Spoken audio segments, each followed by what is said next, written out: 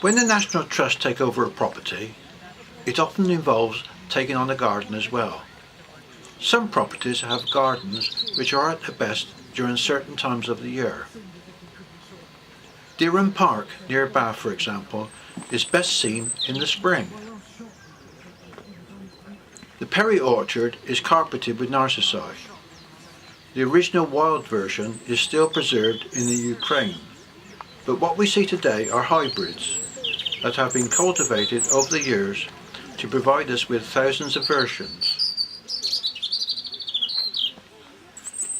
Tulips come originally from Central Asia and were cultivated by the Turks over 1,000 years ago, and it is still the national flower of Turkey.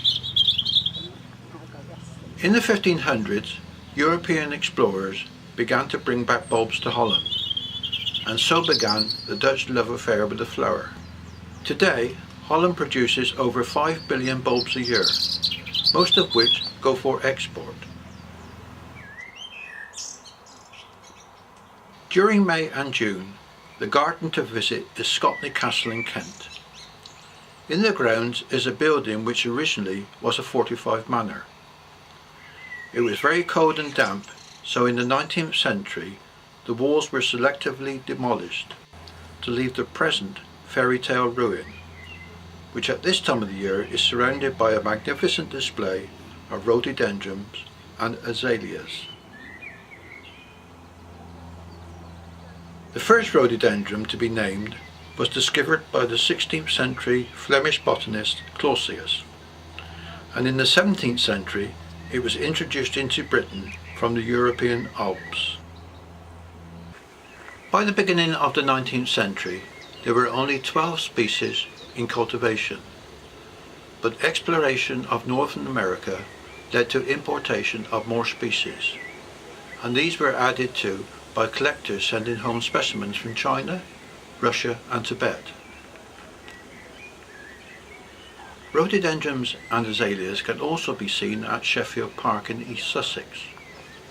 There are 4 lakes in the gardens, which are strung down the southerly slope below the house in an inverted T formation to create an ornamental landscape of dazzling scale and richness, planted to achieve maximum drama of shape.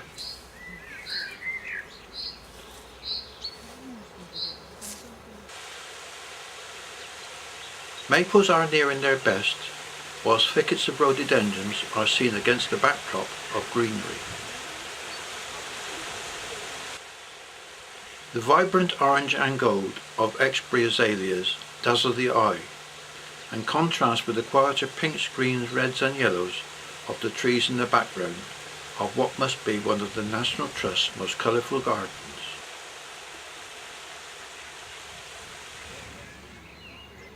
The house to visit in July is Montesfont Abbey near Romsey in Hampshire.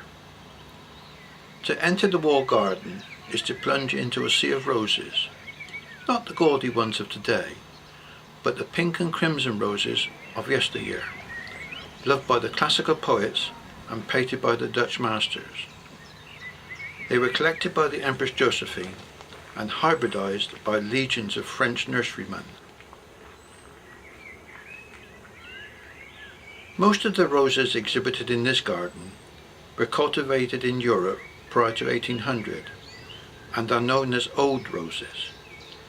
Those developed after 1800 are termed modern roses.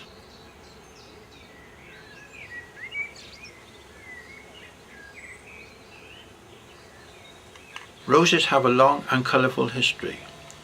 They have been symbols of love, beauty, war and politics.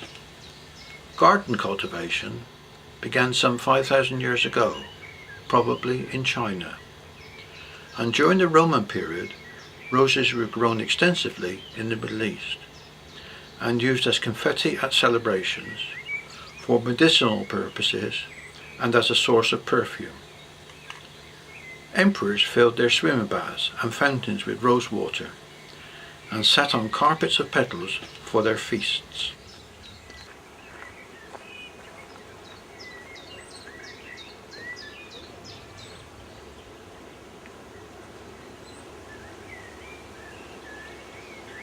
The collection of roses we see in this garden was assembled over many years by the National Trust and brought here in 1972.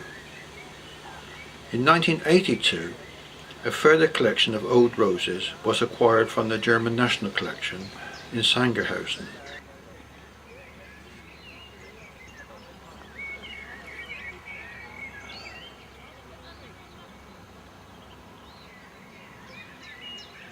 Roses are once again enjoying a resurgence in popularity. Specifically shrub roses and old garden roses that are less prone to disease, with excellent floral quality and tolerant of frosts.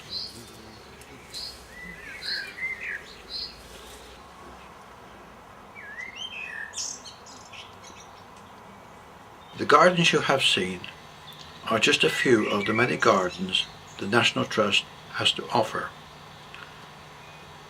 and a visit to your nearest one can be highly recommended.